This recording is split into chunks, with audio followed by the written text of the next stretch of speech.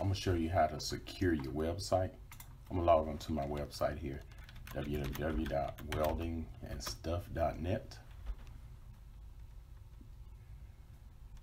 And once I log on, you see right here it says it's not secure. A couple of weeks ago it was secure. So I'm gonna show you how to fix that. So I'm gonna log on to my Wix website.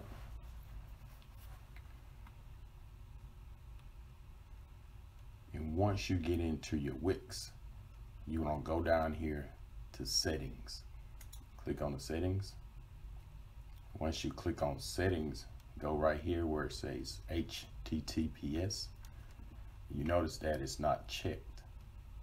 So click manage. The only thing you have to do is click this button to turn it on. Then hit continue. So now your website is secure.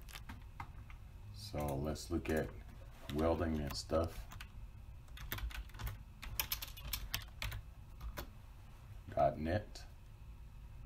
Now you notice that it is secure.